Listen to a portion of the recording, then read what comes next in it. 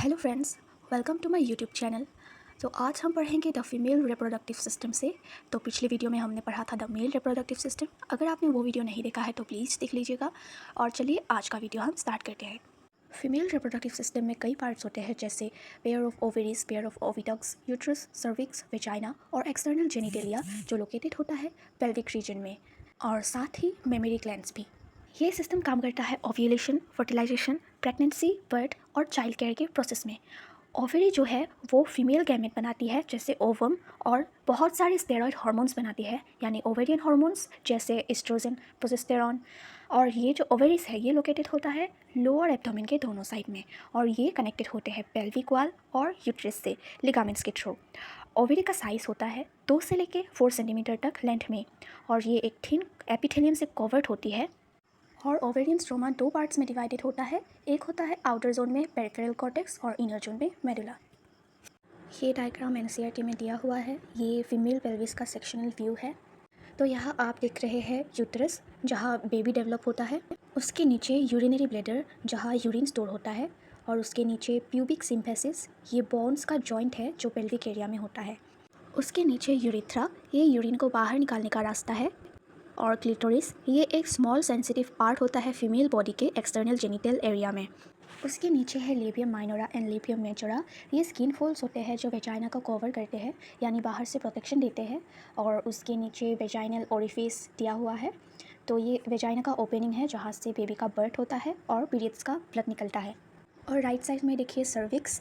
तो सर्विक्स जो है वो यूट्रस का नीचे का पार्ट है जो वेजाइना से कनेक्ट होता है, और उसके नीचे दिया हुआ है रेक्टम। ये लार्ज इंटेस्टाइन का लास्ट पार्ट है जहाँ वेस्ट स्टोर होता है, और उसके नीचे वेजाइना।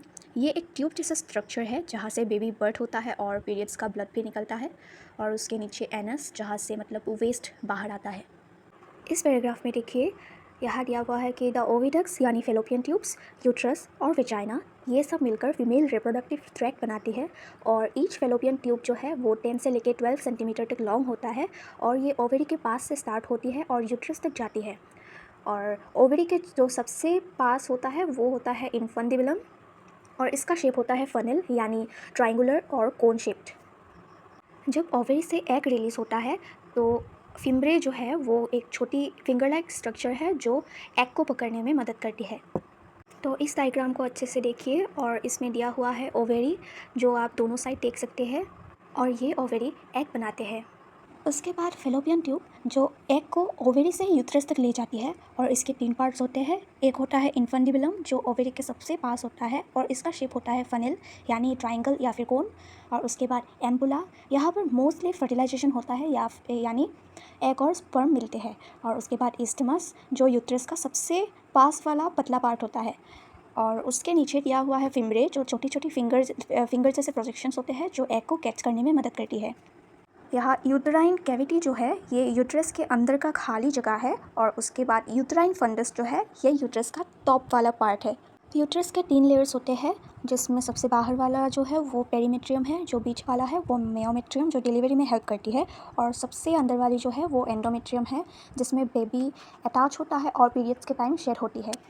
और ये सर्विक्स जो है ये यूट्रस का नीचे का पार्ट है जो वेजाइना से जुड़ता है, और उसके बाद सर्विकल कैनल जो सर्विक्स के अंदर का पतला पार्ट होता है। और वेजाइना जो है आपको मैंने पहले ही बता दिया था, वेजाइना जो है वो ट्यूब जैसा रास्ता है जहाँ से बेबी का बर्थ होता है और पीरियड्स का ब्लड निकलता है। तो इस पैराग्राफ में दिया हुआ है कि जो यूट्रस है उसको हम वोम्ब भी बोलते हैं, और उसका शेप होता है इन्वर्टेड पेयर यानी नाशपाती जैसा। और ये जो है ये बॉडी के अंदर अटैच होता है लिगामेंट्स के थ्रू।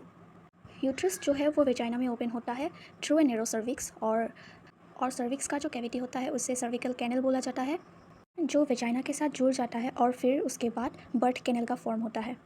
यूट्रस के 3 लेयर्स होते हैं, मैंने आपको पहले भी बताया था, फिर से रिपीट कर देती हूँ। तो सबसे बाहर का जो लेयर होता है वो पेरीमेट्रियम है, और वो थिन होता है। और उसके बाद मिडिल में जो होता है वो होता है मायोमेट्रियम, ये थिक लेयर का होता है। और उसके बाद सबसे अंदर में जो है उसको हम एंडोमेट्रियम बोलते हैं, और ये सबसे सॉफ्ट लेयर होता है। एंडोमेट्रियम जो है इसमें साइक्लिक चेंजेस होते हैं ड्यूरिंग पीरियड्स, और मायोमेट्रियम जो है इसमें स्ट्रॉन्ग कॉन्ट्रैक्शन होता है during delivery of the baby. तो इस पैराग्राफ में दिया हुआ है फीमेल एक्सटर्नल जेनिटेलिया का पार्ट्स यानी बाहर के पार्ट्स। इसमें इंक्लूडेड होता है mons pubis, labia majora, labia minora, hymen and clitoris. Mons pubis जो होता है ये फैटी एरिया होता है जिसमें प्यूबिक हेयर्स होते हैं, और लेबिया मेजोरा और लेबिया माइनोरा ये आपको बता ही दिया था जो स्किन फोल्स होते हैं। उसके बाद क्लिटोरिस जो बहुत सेंसिटिव पार्ट होता है, और वेजाइनल ओरिफिस जिसमें वेजाइना का ओपनिंग होता है, और हाइमेन ये एक पतला टिश्यू है जो वेजाइनल ओपनिंग को थोड़ा कवर करता है।